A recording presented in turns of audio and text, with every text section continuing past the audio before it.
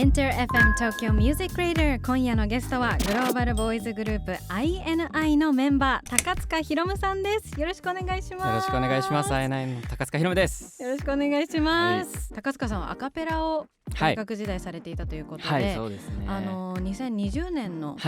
渋アカというアカペラの、イベントがありましたけれども、そちらにご出演されていらっしゃってしていましたね。ですよね。はい、で私も当時なぎれんとして出演させて、ゲストで出演させていただいてたんですけれども、拝見しておりましたいやでもまさかこんな形でまたご一緒になるとはっていうちょっと不思議な感覚ですけれども、やっぱり当時から本当にクリアな綺麗なうまい高音が鳴り響いていて、本当ですか？いや本当です本当です。正直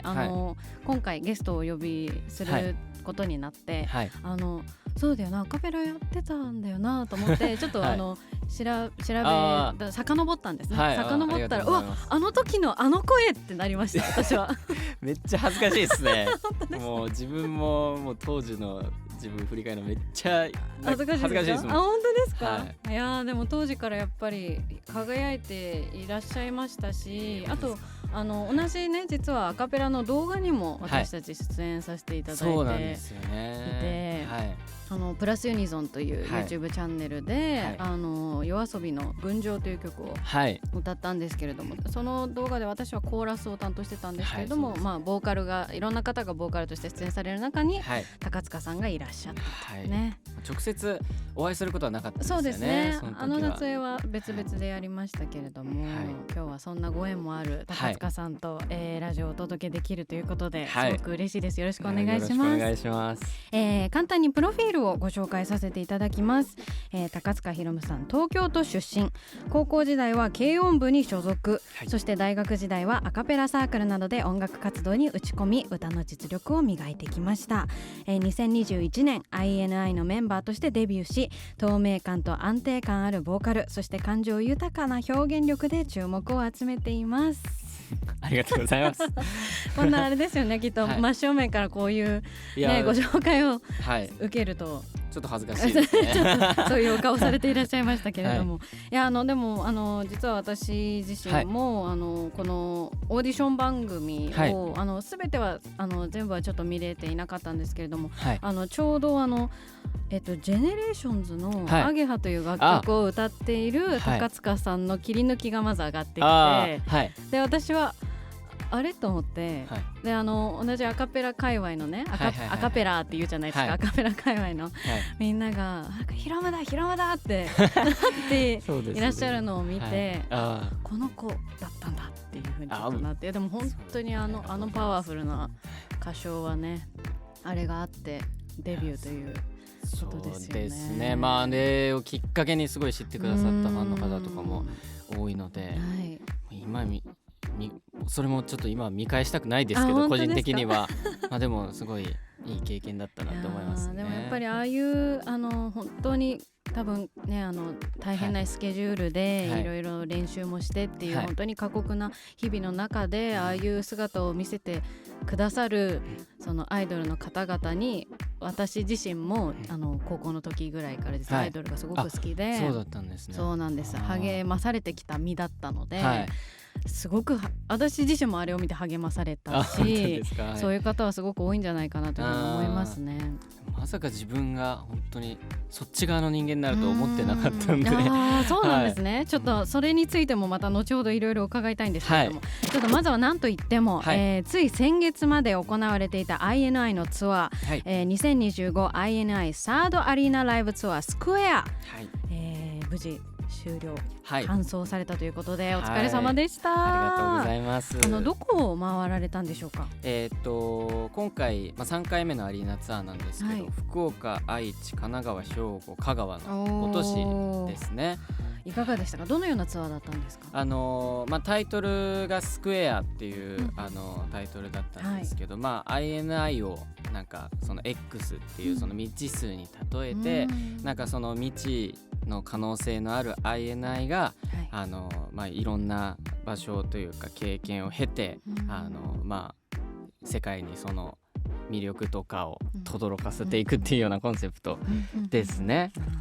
なんですね。実際完走してみていかがでしたか？結構今回その短いスパンで、はい、その5都市回らせていただいたんですけど、うんなかなか1日2公演の日とかもあったりとか、ね、しかも5月2ヶ月でですものね。そうですね。あとは瀬戸りとかでも結構ダンスがずっと続くシーンがあったりとかで、体力的にはすっごい大変なツアーだったなって今振り返ったら思うんですけど、はい、でもそのアリーナツアーが2年ぶりの開催で、はい、なんかすごいやっぱりそれだけそのアリーナ規模のたくさんのファンの人の前でパフォーマンスすることの楽しさみたいなのを改めて実感したというか、本当になんかその直にファンの人のパワーを感じて、で僕たちもパフォーマンスをしてっていうのがやっぱりすごい心地いいライブだったなって思います。そうなんですね、ありがとうございます。実際やってみて何か、記憶に残っていることだったり、なんかハプニングとかってあったりしました？そうです、大きいハプニングはなく無事終えることはできたんですけど、でも結構本当になんかすごいなんていうかいろんなことを詰めたからこそ、細かいハプニングが多かったりとかして細かいですけど、なんかはけようと思った時に、ステージで暗転するじゃないですか、暗転する時に本当に暗転しちゃって、もう真っ暗でどこがステージなのか分かんないっていう時があったりとか、あと僕そのヘアスタイルでなんかエクステとかをつけてパフォーマンスしたりしたんですけど、もう本当にパフォーマンス激しいから、結構そのエクステが取れちゃったりとかして飛んでっちゃったり。そうです。だから踊りながら気づいたらステージに、なんか得体の知れない髪の毛が落ちてるとかがあったりとかして、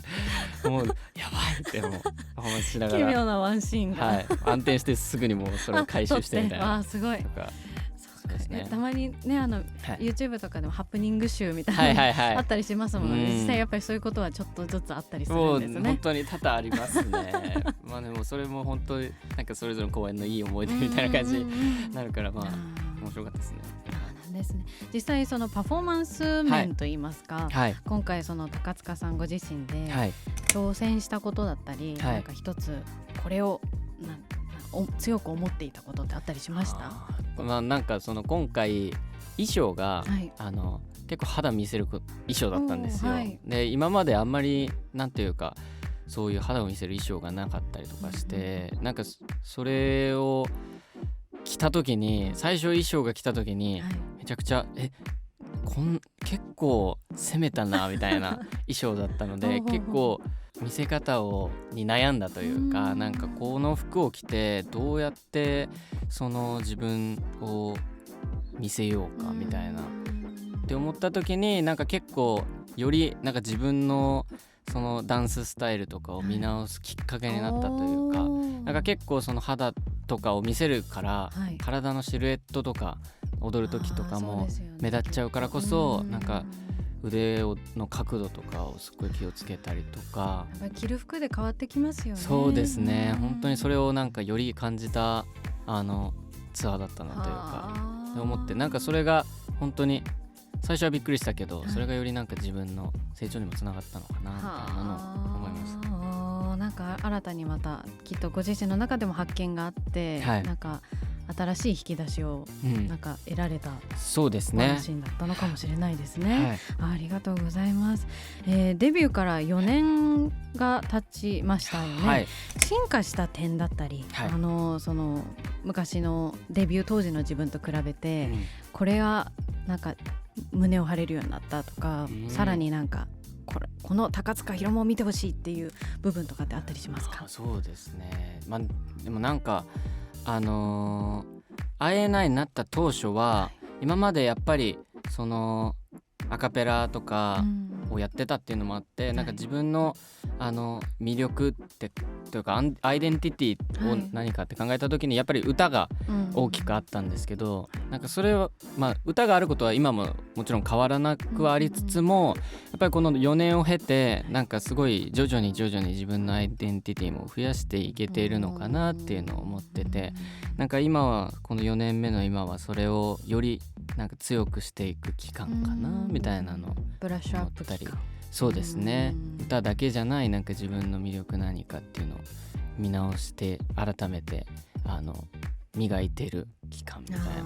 感じを思いますね。そうなんです。きっとファンの方も、ね、はい、いろいろやっぱり共に歩まれていらっしゃいますから、はい、気づいた部分だったり、そうですね、逆にファンの方になんか気づかされる自分の一面とかもあったりするんじゃないですか。それめっちゃありますね。やっぱりそうなんですね。はい、なんかやっぱりいろいろそのオフラインとかで直接お話しする機会とかがあるんですけど、はい、なんかそういうのでまたこういう姿見せてほしいとか、このコンテンツでヒロムくんのこと知ったよとか、なんかそういうのを聞くと、あ、そういうので見つけてくれるんだとか、あ、なんか今まで自分なんかすごい歌だけが評価されてるって思ってたけど、はい、なんかこういうことを望んでくれてる人もいるんだとか、本当にいろんな発見にもなったりとかするので、本当にいい関係を築いてるなって。そうですね、本当にいい関係性ですね。はい、ありがとうございます。さて、6月25日にリリースされましたニューアルバム The Origin、はい、こちらについてちょっとお話を伺いたいんですけれども、はい、まずどんな内容のアルバムになっていらっしゃいますか？はい、こちらのアルバムは僕たちの6シングルから始まった、はい、INI 革命3部作の最終章と、はい、題してるんですけれども、はい、INI の進化の旅を終えた、姿、そして、新時代を牽引する、ニューリーダーみたいなのをコンセプトに、すごい奇抜で、ちょっと余裕感のあるような INI の姿っていうのがテーマになっています。決意を持って作ったアルバムということですね。はい、ちなみに、はい、今日は初めてもし INI を聞いてくれる方のためにもちょっとこの革命3部作っていうところをちょっと伺いたいんですけれども、はい、これは1部2部あっての3部作ですよね。はい、全部どういうコンセプトで作っていたんですか？6シングルっていうのが、ザ・フレイムっていう、タイトルだったんですけど、はい、それはなんか自分たちの殻を破って、なんかすごい自分の中に秘めた闘争心っていうのを、より放っていくみたいなコンセプトですね。はい、でその後に、セブンスシングルで、ザ・ビューっていうなんかすごい見方を変えることで感じる世界みたいな、ちょっとよりなんか今までとはちょっと違った見方をすることで、なんか気づいたものをより発信していくみたいな感じですかね。でそれを経ての、今回 The Origin っていうので、その進化を終えて、より成長した姿として世に旅立っていくような姿みたいなのを表現してます。殻を破って新たな自分を、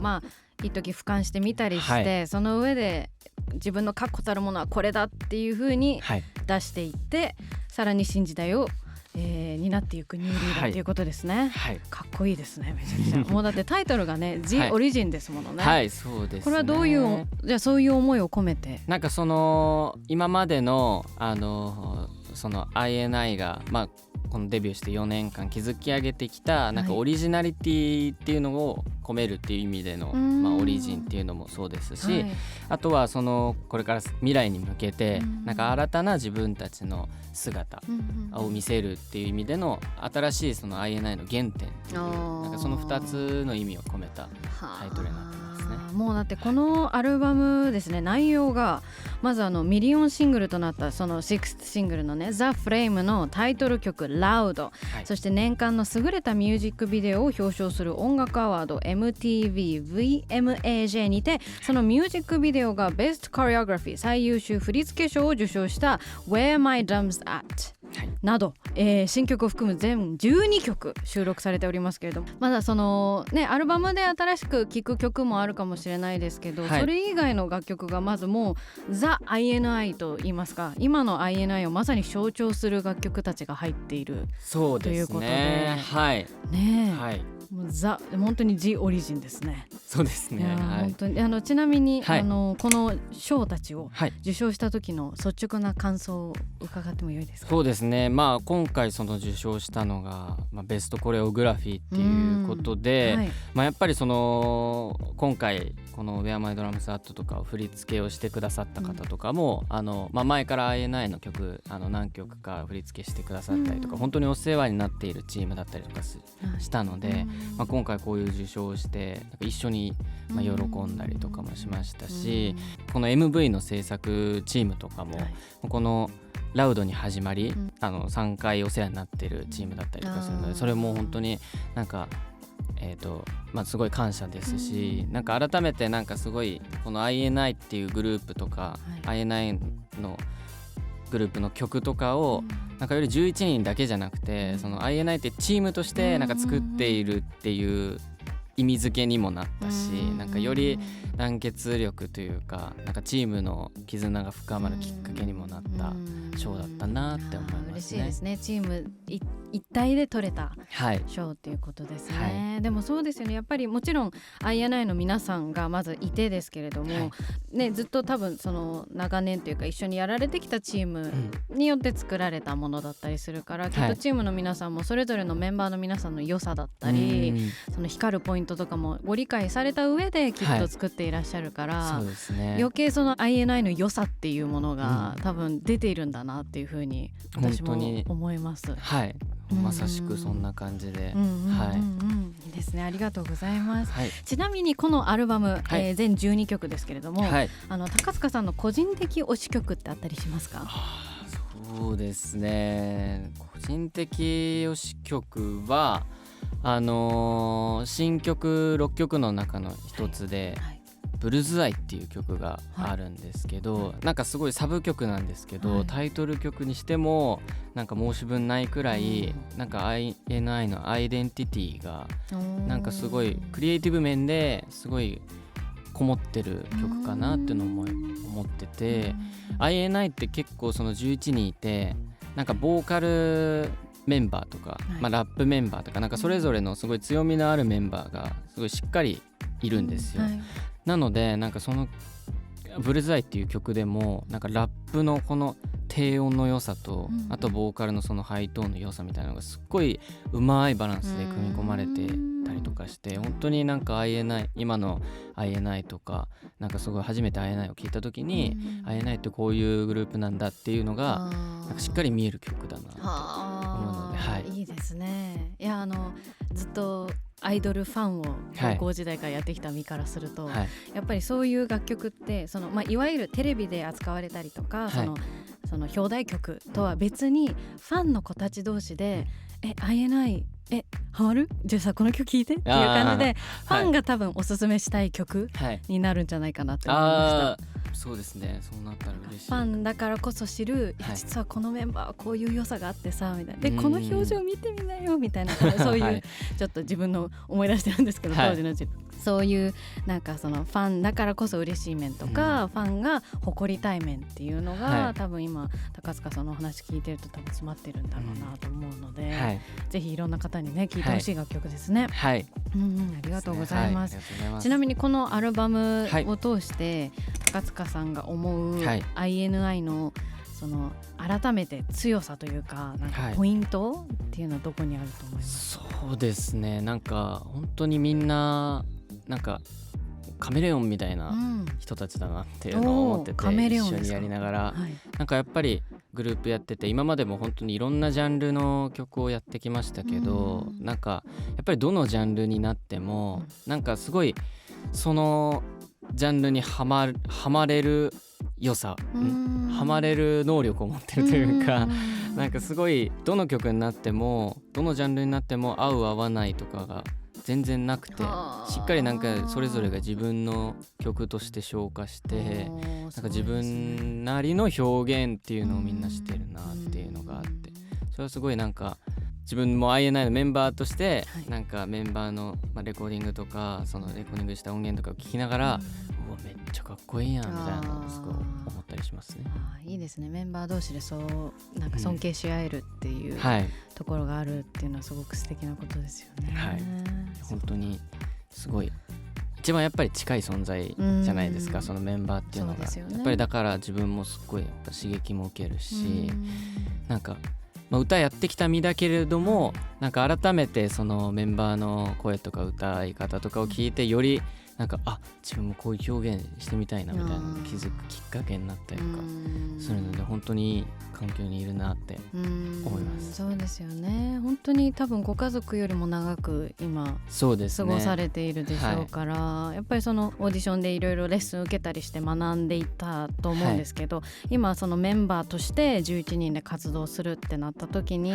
逆に自分以外の10人からいろんなエッセンスもらったり、多分きっと高塚さんがいろんな他のメンバーにエッセンスを与えてるところもあるだろうし、そういうのがなんていう化学反応っていうんですかね、そういうのが相まってまた今の INI が存在していると思うので、なんかますますこのアルバムがやっぱりすごくいい胸を張れるいいアルバムなんだろうなっていうふうに今ちょっと思いました。ありがとうございます。いやありがとうございます、いやちょっといろいろお話を伺ってきたんですけれども、あっという間に今日は、お別れのお時間となってしまいまして、ただですね皆さんご安心ください。高塚さんには来週も登場していただき、いろいろお話を伺っていきたいと思います。よろしくお願いします。よろしくお願いします。高塚さん、最後に今日お知らせがあればお願いします。先ほど深掘りさせていただいたんですけれども、INI の、サードアリーナライブツアー、スクエアの追加公演、スクエアマスターピースが9月の13日から15日の3日間バンテリンドーム名古屋で、開催いたします。よかったらぜひ遊びに来てください。そして、INI の初めての、ドキュメンタリー映画ですね、INI The Movie I Need I が、今年の10月31日に公開されますので、こちらもよかったらぜひチェックしてみてください。皆さんよろしくお願いします。今夜のゲストはグローバルボーイズグループ INI の高塚ひろむさんでした。ありがとうございました。ありがとうございました。来週もよろしくお願いします。お願いします。